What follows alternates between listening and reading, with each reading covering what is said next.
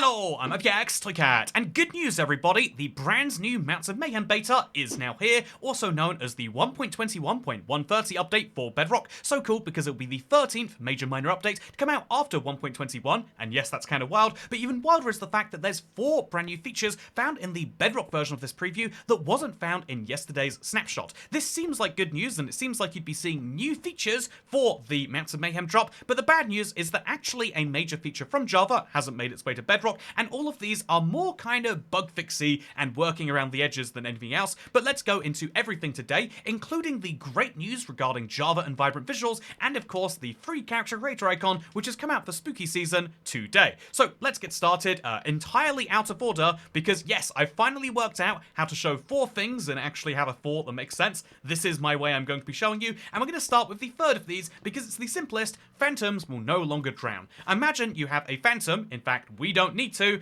that phantom can now go into water and it won't be the water that kills it. It'll be the fact that it's daytime in this case, but phantoms will no longer drown to death, which is wonderful. It is a bug fix. I mean, it's wonderful, I guess, if you don't hate the idea of seeing phantoms underwater, but if you want to have an aquarium, you can now put your phantoms in there, which is nice. The second thing I'd like to talk about is camels taking full damage starting 4 blocks higher, which is a confusingly worded line on the changelog, so I had to get my own camel and read into the bug fix, but if we actually look into MCPE to you know, the big number right here, you'll find out that it means that on Java, previously, you could take falls from up to 7 blocks without taking damage, whereas on Bedrock, that was much closer to 4. So now, if I get all the way up here, about 6 blocks up, and then I do a dash attack, you can see that I only take half a heart of damage, and if I were to not do a dash attack, if I were to just fall quite naturally, then I would take even less. This is a huge improvement because one of the biggest downsides of using the camel that I'm sure everyone is aware of is the fact that, yeah, you have a fall, and even the most minor falls when using the dash will result in some real damage, which just kind of sucks for a mob that is meant to have so much health. And so now, if we go to the sides over here, a little bit lower down, you should be able to notice that we can do much bigger dashes without having the same downsides, which is nice. I think the camel is still not the most ideal mob in the game for every situation, but I love to see that you can actually dash around a bit, and that is good news if you ask me. But again, the reason this is found on Bedrock is because they're bringing it into parity with Java. This is good parity. This is what we want when people say parity. Fix bugs that are weirdly present on Bedrock and that feel a bit weird as it is, but that also don't exist on Java. And a similar version of this would be zombies and piglins being able to use spears. This is a weird one. Can I just say, I read this line on the changelog and I was like, but that can't be true. First of all, it's zombies and piglins only. There's a lot of other mobs. But why is it that it says zombies and piglins can use spears when I was literally killed by a piglin when doing my spear-only run last week? Here's a clip of that. In fact, here's a clip of me being killed by a zombie piglin as well, just for fun. So how is it that I can be attacked by both those mobs when it is that they can't use the spears? And I think that this is a wrongly written line on the changelog. It says that zombies and piglins couldn't use spears, but I believe it means they couldn't use the charge attack. Now, if I let loose my second mob here, to keep him from despawning, I had to use a name tag, by the way, so if you're curious. But if we look at this guy right here, you can see that if I attack him, very bad idea, now he's going to do a charge attack at me. It's not going to work though.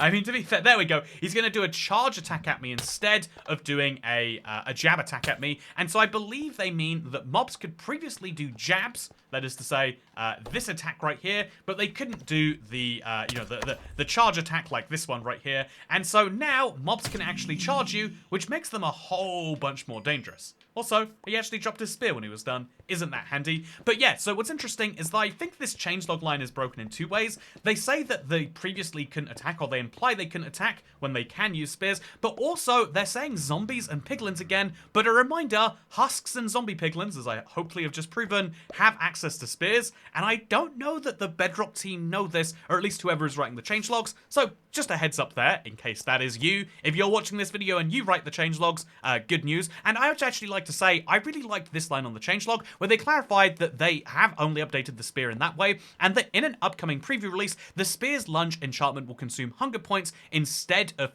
causing durability damage, because right now, even in this preview that came out after yesterday's snapshot, the lunge enchantment is still using durability, but they've said that's going to change. They just didn't get it into this week's preview, which is notable and kind of something interesting. So next up here, let's talk about zombie Nautilus changes, because I think the bulk of of this week's changelog are basically mirroring that on Java, but with an interesting, with an interesting kind of, interesting little change here, because although on Java they had to make it so Nautiluses couldn't fit in boats, we have this beautiful, I want to give credit to my friend Valentine for making this, but we have this beautiful Nautilus built here already, inside of a boat, and Mojang can't take my Nautilus out of a boat, damn it. But interestingly, the same is true for zombie Nautiluses, and so an interesting change they made here on Bedrock is that zombie Nautiluses will no longer suffocate to death if they are outside of the water when it is dark. They can burn to death if it's daytime outside, but like other zombie mobs, they don't need to breathe, and so as a result, look at it, he's here on the surface doing his thing. In fact, zombie Nautiluses can be tamed. You can give them buckets of pufferfish, and if you do so,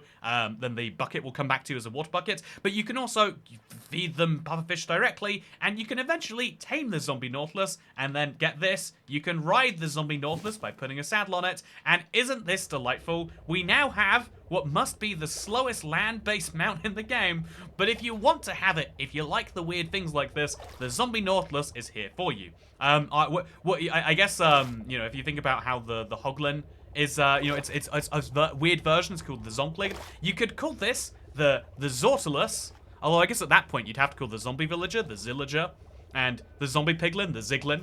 But if you do believe in the Ziglin and the Zillager, this is a Zortilus, and the Zortilus is a really cool mob because it can in fact go up little gaps like this, and it's a good way of flexing because ultimately being wealthy is not just about having access to, lots of resources. It's about having time to be able to enjoy things at a slower pace.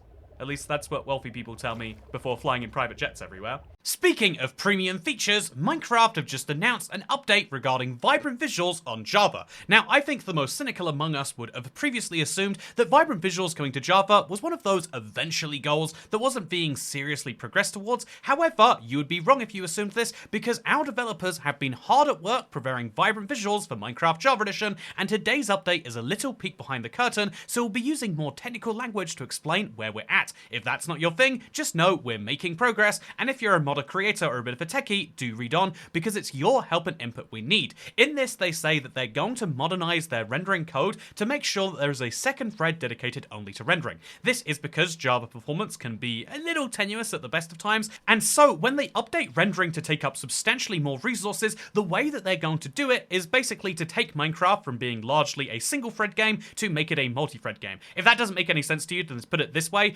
CPUs, the computer processing, it's actually not computer, but we'll roll with that. The computer processing unit that exists inside of your computers can have one thread, or they can have multiple threads, or they can have multiple cores, each with their own threads. But basically, it is the standard, and has been for more than a decade now, that every major CPU and every major device has lots of different cores, which can all do things simultaneously. And so right now, they have everything happening, or a large percentage of things happening, on a single thread, but they're going to be splitting it into two, allowing, ideally, for performance not to decrease that much when they bring in vibrant visuals. However, they do ask for feedback with regards to what this should mean for modders, because if they make massive updates to the code, it will no doubt affect modders, which is why they want to hear your feedback, especially if you're a resource or shader pack creator. They say they've created a brand new Discord just for this, and so if you have thoughts about how this should be done, you can go there. But if you don't have thoughts about this, then good news, it exists right now, and the large thing you need to know is that Minecraft are making progress on vibrant visuals for Java. Speaking of vibrant visual progress,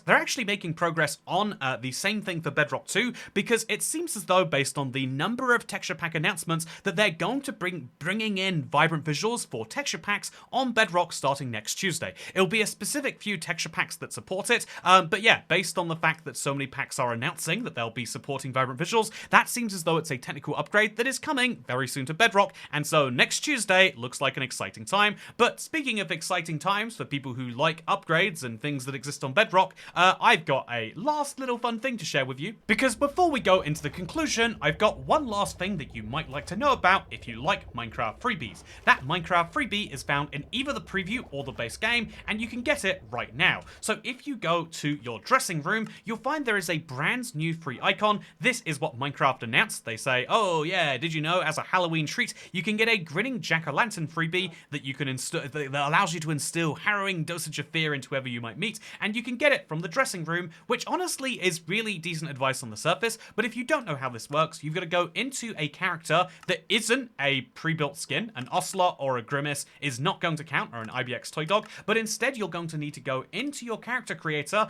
and then you need to go to style, then you need to go to headwear, and then you need to scroll down past all of the headwear that you may or may not own. You go to all headwear, and in there you should find the jack-o'-lantern, which is a brand new thing that you can put on Steve. So even though Bedrock does not have the jack-o'-lantern mobs that appear on Halloween, you, for Halloween and the 31st, can put a jack-o'-lantern on yourself, and isn't that just delightful? I think the answer is sort of. I think it's a fun little bonus that you can get right now. But yeah, that's it as far as news today. And so to go into the conclusion, ooh yeah, let's get some nice little music drop for that. To go into the conclusion, I'd like to say, simply put, that right now we are seeing the implementation, more or less, of what we saw at Minecraft Live, of what we knew was coming as the Mounts of Mayhem. But given that we are running, and even though we're on the second preview, the end of the year and all of the things that come with that do put us on a real timer. And sure, I'm not going to be at the point yet where I'd say that we've got, I'm not at the point yet where I'd say alarm bells should be ringing, but I am curious about what more they do intend to put in this drop. Is it just going to be a full delivering of what we saw at Minecraft Live, or do they have more plans? For now though, one thing is clear, is that the lunge changes that they made to the spear for the snapshot, and that they'll make to next week's preview, that seems to be the spear more or less finished, unless they have big plans for another enchantment that they just haven't mentioned anywhere. I think the spear is probably finished. I think the Nautilus and the zombie Nautilus and all of the other features like that are mostly finished, and so now it's just about, will there be additional things to come? Will there be other tweaks around these existing features? I am not necessarily sure what to expect with this, but what I am sure about is the fact that I love the developer notes on the changelog. I think this is something that we need to be very clear is good, because communication from Minecraft can be one of the hardest parts of following the update cycle. I mean, even right now, right? Like, this preview came out today. There was no official announcement about that. There are back channels that people like me can use, but like, there's no official announcement, which is frustrating if you want to know when can you expect to play around with the latest update version, which is important because if Mojang wants us to test these features, as I've been doing for the last week of the spear, then that is important. But anyway, since we can now say that the spear is here and likely to stay, I think that now I'll be doing a little bit more testing before putting it into a video, and I guess I've got one last thing to share with you, which is, fun fact, Smite does work on the zombie Nautilus, and so if you want to kill your very expensive mount, you could do that if you wanted to. I don't know why you would, though. Anyway, with that said, I hope you all enjoyed this video, and if you want to get your hands on the pumpkin, you can do so for... Honestly, I'm not even sure it's a limited time thing. It might just be there permanently, but do you want to have an orange face? Oh, I guess maybe not these days, but if you want to have an orange face, get yourself the pumpkin. If you're excited for vibrant visuals on Java, it's going to be coming sooner than we expected, maybe even next year, and on Bedrock, it's going to be an upgrade starting next Tuesday. Which to me sounds an awful lot like there might be an update next Tuesday, but who's to say? And finally, I guess, the good news is that there is likely more to come. I'm still feeling optimistic, but yeah, we'll have to see next week what it is they do, because this has been your review of the latest beta and preview, and I hope you all enjoyed it. And I'm looking forward to seeing, later this year, the 1.21.130 update drop. Although, again, it sounds like next week we'll see 1.21.120. And also, one last thing, let's praise me for being able to do 4. All it took was not representing it as a number, and now it works perfectly. Anyway, thank you for watching, and I'll see you next time. Good night.